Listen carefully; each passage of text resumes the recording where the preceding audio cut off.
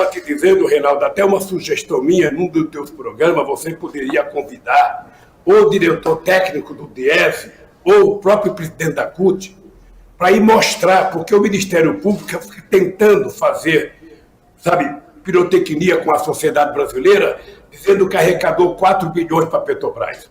Eles deram um prejuízo ao país de 172 bilhões de reais que deixaram de ser investidos. Eles deram um prejuízo ao país de 47 bilhões de impostos que deixaram de ser pagos, 23 milhões, ou melhor, 20 bilhões sobre folha de pagamento e 85 bilhões de massa salarial. A Lava Jato é responsável. E o resultado disso tudo, Reinaldo, são 4 milhões e 400 mil trabalhadores que perderam o emprego no período... Não, presidente, deixa eu dizer, isso eu já apontei. Aliás, existe um livro excelente do advogado Valfrido Vardi, que é sobre a Lava Jato, dizendo como um sistema corrupto e a maneira de combatê-lo estão destruindo o país. E esses números são reais. Então, porque há uma diferença, que fique claro aqui, ninguém está passando pano em corrupção, não. O problema não é esse. Acontece, por exemplo, a Siemens fez acordo de leniência no mundo inteiro, mas a Siemens não quebrou. Empresas são flagradas em atos de corrupção no mundo inteiro, mas as empresas não quebram. Aqui no Brasil inventou-se o sistema de combater a corrupção, que também quebra a empresa e ajuda a quebrar o país. E isso é evidente, o senhor tem razão. Mas o Johnny Sayad foi o único empresário em todos esses 5 anos de tortura, sabe, que num programa na Bandeirante, num debate que houve na Bandeirante, dia 24 de junho de 2009, ele fez um pronunciamento dizendo que era possível combater a corrupção sem precisar destruir as empresas, nem precisar de destruir empregos. Sabe? Eu cansei de falar para os empresários defender as empresas e os empregos. E a verdade é que a sociedade brasileira se acovardou. Se acovardou. Eu nunca vi tanta gente covarde que não teve coragem de defender sequer os empregos dos trabalhadores que foram vítimas e que não cometeram nenhum erro. Por que aconteceu? Como aconteceu? Não havia mecanismos de controle para evitar? Foi a divisão entre os partidos? O que foi que aconteceu? Isso é uma bobagem falar da divisão entre os partidos, Reinaldo. A Petrobras, se você conhece a Petrobras é um monstro em que eu dizia para todo mundo ouvir. Na outra encarnação, o presidente da Petrobras tem que ser eleito diretamente pelo voto e o presidente da República ser escolhido por ele.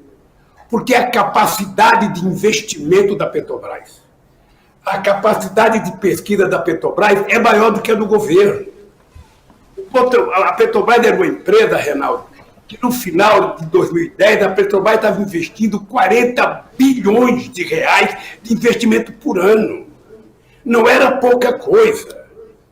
Então, eu lembro quando o Estrela, veja engraçado, tem 3 diretores da Petrobras que eu indiquei diretamente do PT. O Sérgio Gabrielli, que foi primeiro diretor financeiro e depois presidente. E foi vários anos eleito o melhor diretor financeiro das empresas de petróleo do mundo.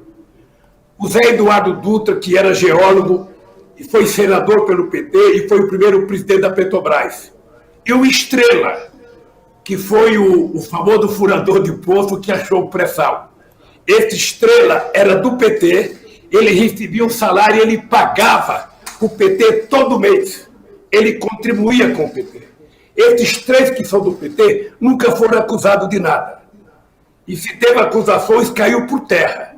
Agora veja, os outros diretores da Petrobras são pessoas de carreira. O Duque era um profissional de 30 anos de carreira da Petrobras. O Paulo Roberto era funcionário de 30 anos. O Barroso, que eu nunca vi ele nem mais gordo nem mais magro, também devia ser de 30 anos. Ora, a Petrobras tem N diretorias, ou seja, eu acho que pode ter havido corrupção. Se houve corrupção, tem que apurar. Detectou a corrupção, prenda as pessoas. O que a Lava Jato fez? Ela premiou todos os ladrões. Todos agora estão fumando charuto Coíba, aquele charuto cubano e tomando rum cubano, às nossas custas que estão falando aqui.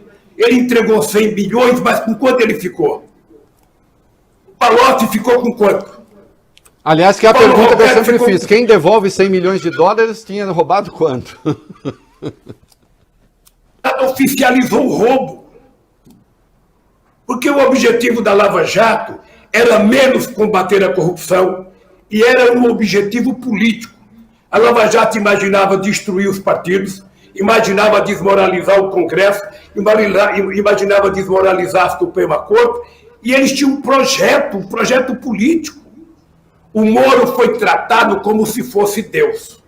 A gente precisa de tanto estatal. O PT não está na hora de reconhecer assim, Estado forte não quer dizer Estado presente na economia, quer dizer um Estado regulador, que interfira sim, mas que não precise ser o controlador. Precisa ser o controlador? Um ex-trotskista não precisa virar tão liberal ao ponto de não reconhecer o papel que o Estado tem na sociedade. Não, reconheço. Deixa eu te explicar uma coisa, Renato. Deixa eu te explicar uma coisa. A Petrobras, ela não é uma empresa estatal. Ela é uma empresa pública de economia mista, com ações na Bolsa de Nova York. O Banco do Brasil não é um banco estatal, é um banco de economia mista, tem ações. Olha, acontece que eu sou contra o governo empresarial.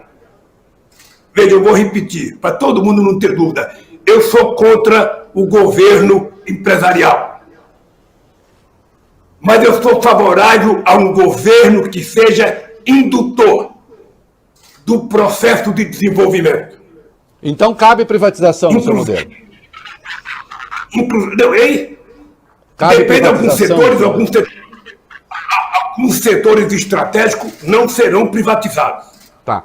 Quais poderiam ser, presidente? Muita gente quer saber isso agora. Quais poderiam ser, por exemplo? Veja, eu acho que Furnas não pode ser privatizada.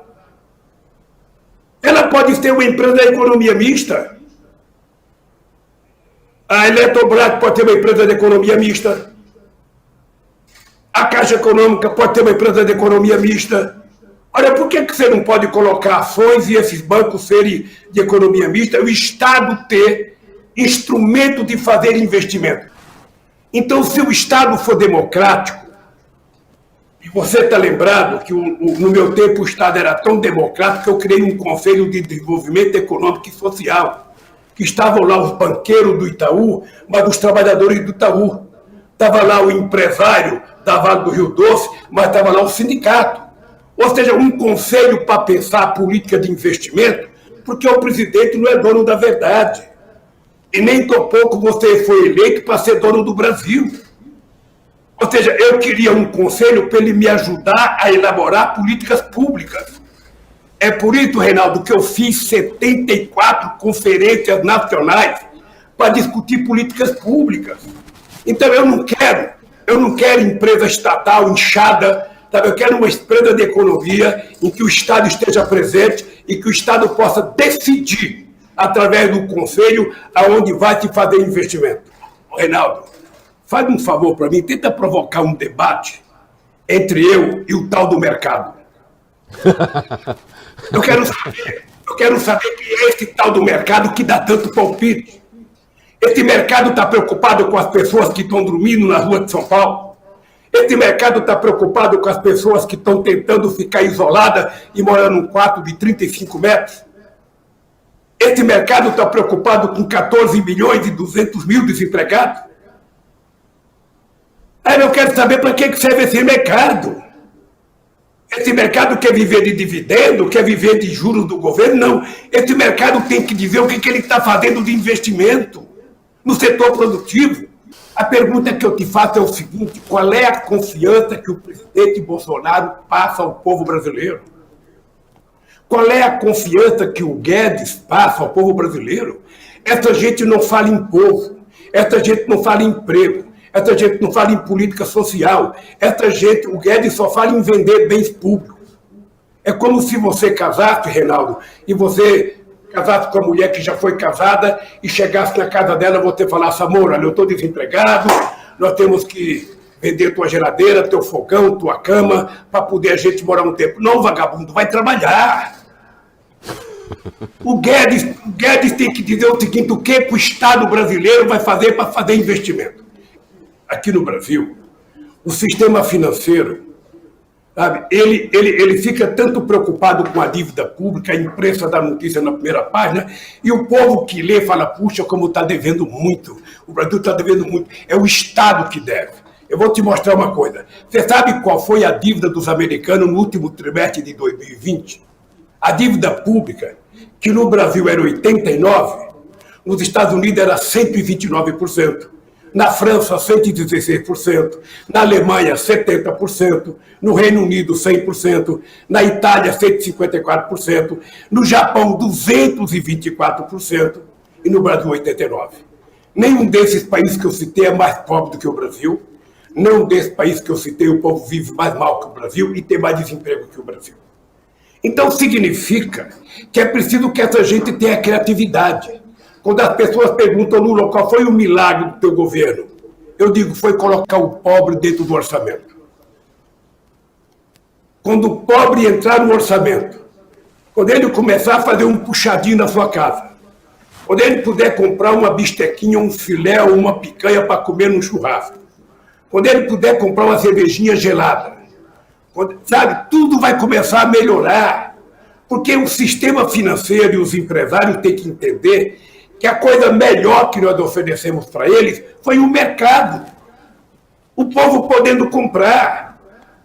E quando o povo pode comprar, mesmo que pouco, é por isso, Reinaldo, que eu espero que o Bolsonaro esteja assistindo o nosso programa, o Bolsonaro saber que não tem jeito esse país se não houver um salário emergencial de R$600 até terminar essa pandemia. E que essa pandemia só vai terminar quando tiver vacina para todo mundo. Então, deixe de ser ignorante, presidente. Pare de brigar com a ciência. Pare de tentar falar para os seus milicianos. Fale para 220 milhões de pessoas e sabe o seguinte, quando tiver vacina para todo mundo, aí todo mundo vai voltar a trabalhar com máscara, com álcool gel, com o local de trabalho higienizado, a gente vai ter menos gente no hospital, a gente vai ter menos morte e a economia pode voltar a crescer. E o Estado tem condições de fazer financiamento, nós no governo. Então, quando o trabalhador percebeu que ele estava no governo, eu me senti realizado. Então, eu posso te dizer uma coisa, querido. Eu estou convencido que do jeito que essa gente está pensando, não tem resposta para o Brasil. Não tem solução de curto prazo. Você não é ser metido, não, mas a semana passada eu fiz aquela entrevista para a CNN internacional e eu mandei um recado para o Biden. Obviamente, quem sou eu para falar com o Biden numa entrevista? Mas eu falei, Biden... O senhor é o cara, o cara do Obama. Você tem a obrigação de convocar o G20 para discutir a crise do Covid.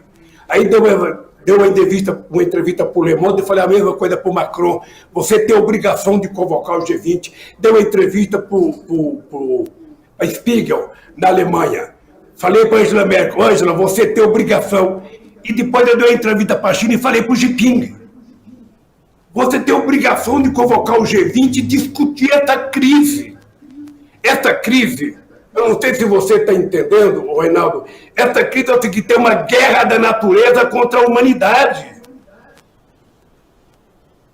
Ou seja, é uma guerra que espalhou pelo planeta inteiro, não tem país rico ou país pobre, e a única solução para ela é a vacina. E a gente ainda não sabe se a vacina serve para todas as cepas. Então, esses governantes têm que se reunir. Lamentavelmente, a gente tem um presidente que não consegue falar com nenhum presidente. Jogou todas as fichas de cima do Trump. Sabe? Esse cara, ninguém quer conversar com ele. Sabe? Esse cara, se estiver andando numa calçada e encontrar com outro presidente, o presidente muda de calçada. Porque ele se fez assim. Você veja uma coisa, ele colocou o ministro das Relações Exteriores, que eu nunca vi ninguém mais bruto, mais ignorante e menos diplomático. Ele tira o cara.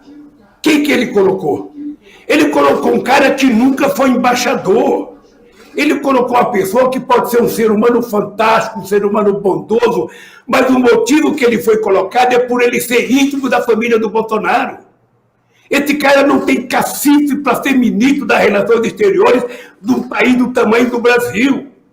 Ele poderia ter escolhido um embaixador conservador, que tem muitos, um embaixador liberal, que tem muitos, e pessoas que são, sabe, pessoas capacitadas para representar o Brasil. Tem muito. Itamaraty é um produtor de quadros excepcionais.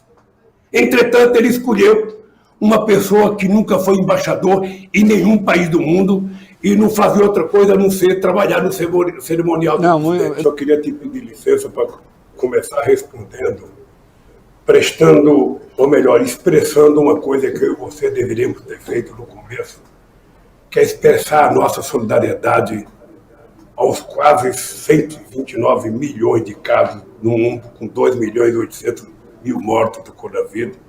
No Brasil, são 12 milhões de casos, com 320 mil mortos. E somente ontem morreram quase 4 mil pessoas. Sabe? Então, eu acho que nós estamos vivendo, sabe, um genocídio. Não um genocídio de Estado, como foi o genocídio contra os negros ou contra os indígenas. Porque é um genocídio praticado pela irresponsabilidade de um único homem, que brinca com a doença, que zomba da doença, que inventa remédio. Agora eu estou torcendo, porque agora entrou o ministro da Saúde de novo. Deus queira que o novo ministro atenda o apelo dos governadores, que têm feito um trabalho muito duro, dos prefeitos, porque é na ponta que chega o problema. Então eu queria expressar minha solidariedade ao pessoal da saúde, às famílias dos mortos, aos governadores que estão tentando lutar, aos prefeitos que estão lutando. E outra vez, eu quero aproveitar a bandeirante, eu nunca conversei com o Bolsonaro, dizer, Bolsonaro, quando é que você vai assumir a responsabilidade de parar de brincar e governar esse país? Se você não sabe discutir economia, se você não sabe discutir desenvolvimento, pelo amor de Deus, aceita o conselho da ciência para cuidar do coronavírus. Fecha a boca, Bolsonaro. Sabe, não adianta ficar falando bobagem, deixa o médico falar por você. Da mesma forma que você não sabe falar sobre economia, não fale sobre saúde. Deixa o seu ministro da Saúde falar. Deixa o pessoal do SUS falar. Deixa os governadores e os prefeitos falar. Saiu um manifesto de 6 pré-candidatos à presidência da República, né? O senhor deve ter visto, né? O Mandetta, Luciano Huck, João Dória, João Amoedo, estou vendo um risinho aí, meio o Eduardo Leite. Esses fizeram um manifesto em defesa da democracia, o Ciro Gomes, e o senhor não está lá, que eu saiba não foi convidado. Eu soube até que convidaram o Moro, eu nem sabia que o Moro era de centro, porque quem defende excludente de licitude deve ser outra coisa que não centro. Mas, de qualquer modo, ele não assinou, porque diz que o contrato dele empresarial não permite. Engraçado, né? Não permite defender a democracia, mas permite ficar fazendo proselitismo sobre justiça. Bom, enfim, cada um na sua. Mas os termos ali estão corretos e eu atribuo essa junção que aconteceu aí à sua entrada no jogo eleitoral de novo, que eu até acho virtuoso. O centro tem que ter um nome, o Ciro não ia marchar com vocês mesmo, e aí se aproxima desse núcleo. O senhor acha possível, é a minha coluna da Folha amanhã, o senhor acha possível até ter uma eventual polarização que hoje nem está no radar, em 2022, de ter o candidato do PT, então, senhor ou outro, e o outro polo ser um nome deste que vá da direita democrática à centro-esquerda? O que para mim seria um sonho, porque seria fugir da terra dos mortos. Né? Então, o Lula, ou outro qualquer do PT, e um candidato de centro, da direita à centro-esquerda. Reinaldo, tome muito cuidado com isso.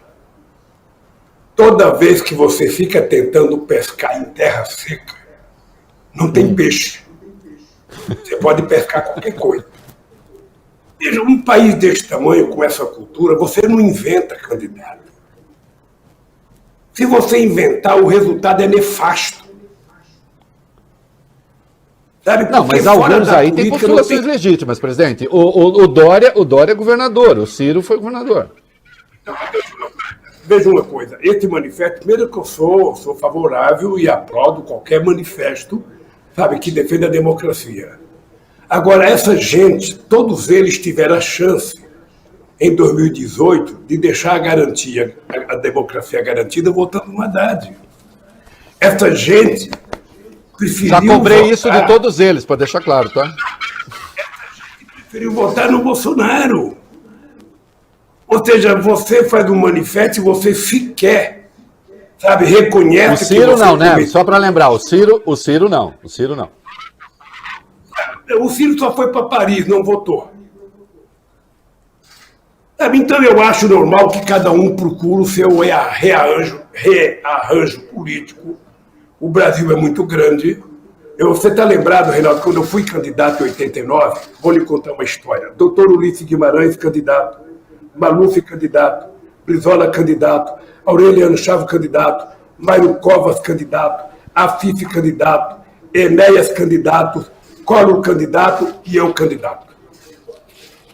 Então o Brasil tem espaço para muitos candidatos. Por isso é que nós temos eleições em 2 turnos. Quem quiser ser candidato, que se lance, defenda o seu programa, vá para a televisão. No final, o povo vai escolher 2. Tá? Eu quero dizer para você que eu fui o segundo em 89, o segundo em 94, o segundo em 98, o primeiro em 2002, o primeiro em 2006, o primeiro em 2010, o primeiro em 2014 e o segundo em 2018.